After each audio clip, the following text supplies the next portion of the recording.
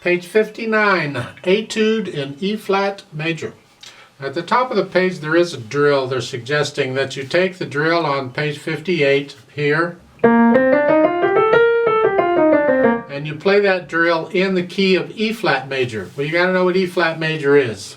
E flat major has 3 flats. So we have the B flat and the E flat, because those are always the first 2, and the 3rd flat is always an A flat. So now we have the B flat, the E flat, and the A flat. So you put your hand position in E flat, doesn't matter where you are. Here, let's go up here. Here, make sure you got the 3 flats covered, and you play that fingers basically. And the chords, that's what they're telling you to do. I don't really teach transposition in my videos. There's plenty of other videos to handle that, and I would prefer you understood more about music theory and what makes up these things and steps and their names and all that junk before we get into transposition. But that's basically what they're saying. If you want to try it, it's kind of interesting. You simply start on E flat, and using the notes in the E flat scale, which is the 3 flats, and play it. Try it out and see what you think. However, I do want to talk about this etude in E flat major. It's an etude, it's a study piece, and really this study piece is more to play in the key of E flat major. Start with the right hand. 2nd finger on G. Remember, all the A's are flat. I hope, please don't read finger numbers on this. Try and get the notes. You should have known the names of these notes a long time ago. If not, it's time to go start the book again and start the videos again and do it all over again, because the names of these notes by now should be automatic. 2, 3, 1. Did I mention this in 3/4 time? I forgot that. It's in 3/4 time. 1, 2, 3, 2, 3, 2. That's nice. Let's go down to the 3rd line. It's 1, 2, 3. Now it's an A natural and an A down. So they got to give you natural signs on both of those, because the natural sign here is an accidental, because otherwise it would be an A flat according to the key signature, and it's only good for that measure. So they want the other A to be natural. It's in a different measure. You got to have a natural sign. Not everyone agrees with that rule, but that's basically what most people agree with. And then the last measure is an A flat. And then let's go down to the 4th line. You have here, I'll come back to the pause, just don't worry about that. And then keep going. The last measure is a A flat, B flat, last line, and then a G. And then you have bass clef. We come down here, it's an A flat, B flat. The tied notes you're going to hang down or hold on. You know how to handle tied notes. Tie them up. Left hand, starting out with an E flat, way up here. 2nd finger here. You're in this position is all. That's pretty much it. Not a lot going on in the left hand. That's kind of nice. The 3rd line down, last measure, it's an F. And you should know these notes automatic too. They just instantly, it's above the 2nd ledger line. Above, it's an F. And then go on down to the next line. You have a C sharp and an E natural. 3, 1. Here, and then a C natural, 4th finger, and then F. And we're back to what we were doing. Bottom line, last 4 measures, you're down here. 3rd finger's fine, and then E flat. Work these out one hand at a time to make sure you can play them with no hesitations, and then try putting the hands together. It's a little tricky. See, the hand, you're using different fingers at the same time. Watch out.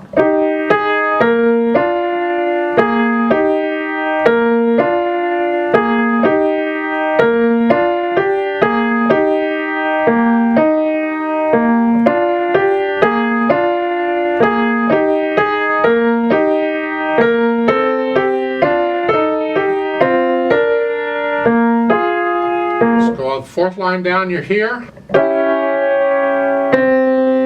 sounds weird, but that's what they wrote. It's not my fault. It's in there.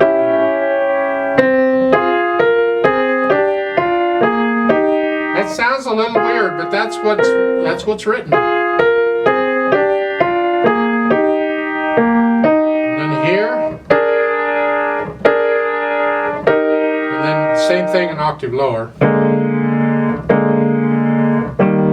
So get where you can play the hands together, because you're using different fingers on each hand at the same time, and it's weird.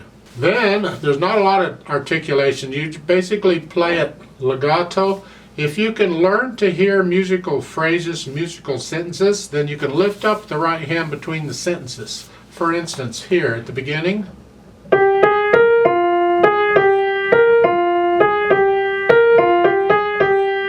That's one sentence right there. So I would lift up before going on, so it's a little break. Nothing tells me to, nothing tells me anything, but you have to learn to interpret the music when they don't give you anything. You add your own, so lift up between these sentences. And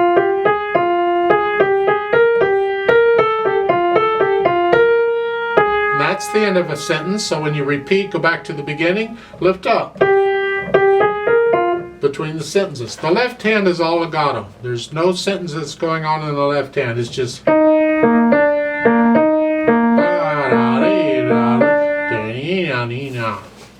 Fourth line down, you hear, and then lift up. It's the end of a phrase. And then these at the end, just play them.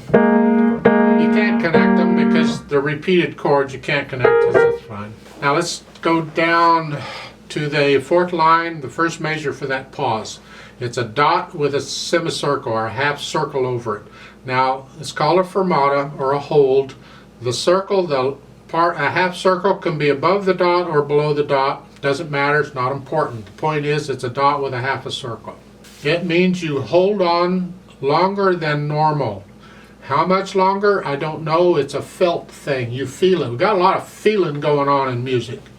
When I play with a metronome, I simply double the value of the smallest note involved. So here we have a dotted half note. In the left hand, the dot is on the half note. So I would simply take the half notes with 2 counts. I just double it and hold it for 4 counts, hold them both 4 counts, and then I go on. So 1, 2, 3, 4. It adds more time to it. That's like, this is one of those times where I say the beat goes on. Well, now the beat is lingering a little bit. So it would be 1, 2, hold, and then when I'm ready, but the quarter note's on time though. So, and that's the fermata. It's another symbol to memorize, but you'll use it from time to time. It's good to know. At the bottom, the last line, you're going from this position in the second and third measure here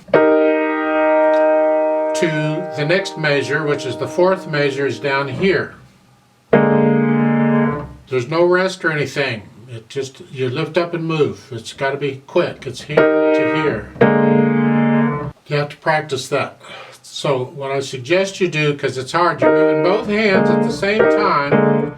What I suggest you do is, again, take the lead hand first. That's, in this case, the bottom hand. The lead hand is the hand that's in front, depending on which way you're going. So it's here. And make sure you know where you want that to go. And then start with that, this way.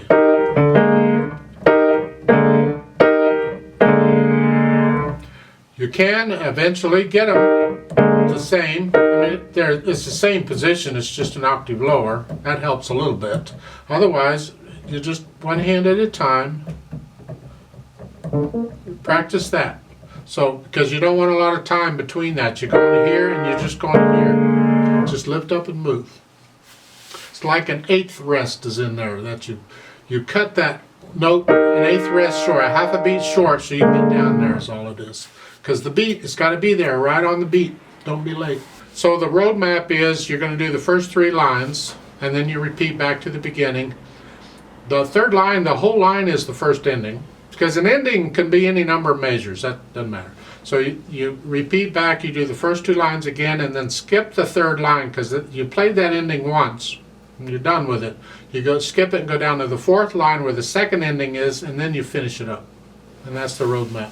Dynamics, they don't give you a lot of dynamics. It's up to you. Learn it well enough that you can feel it, and then add the dynamics. It applies to the melody. Keep the left hand soft. You do have a crescendo and decrescendo, a swell there in the third line. I recommend you go to the B flat, or go out all the way to here, boom, and then come back down. And that's it. So, I don't know. And then at the bottom you get soft and then very soft at the very end, and do the best you can with that. Both hands are the same here on these chords at the end. There's no melody here, so both hands can be played the same. But in the other part, the right hand is the melody. That's what we want to hear. You got to keep the left hand really soft.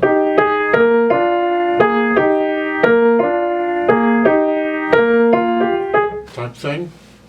How fast it goes on Dante Moderato, it's somewhere in the middle. It's on the slow side of moderate. It's a felt thing. How fast you, and that's the flow of the piece, not the beat. What does it feel like to have it just a moderately,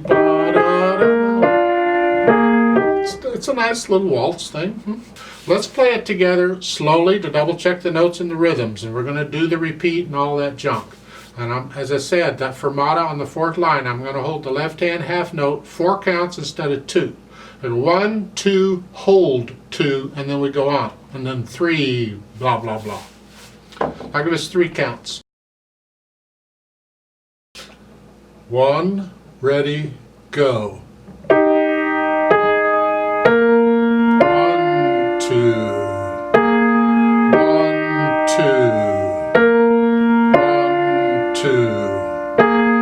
1, 2.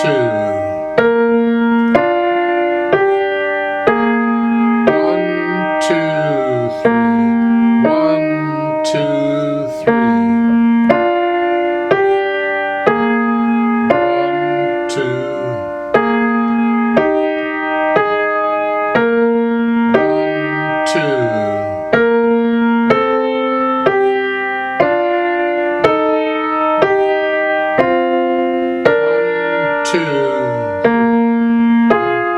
2. Repeat. 2, 2, 2,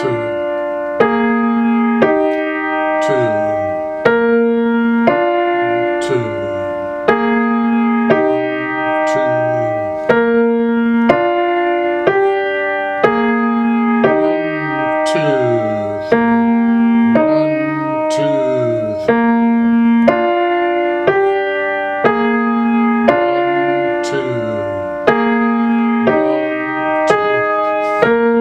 ending to hold 2,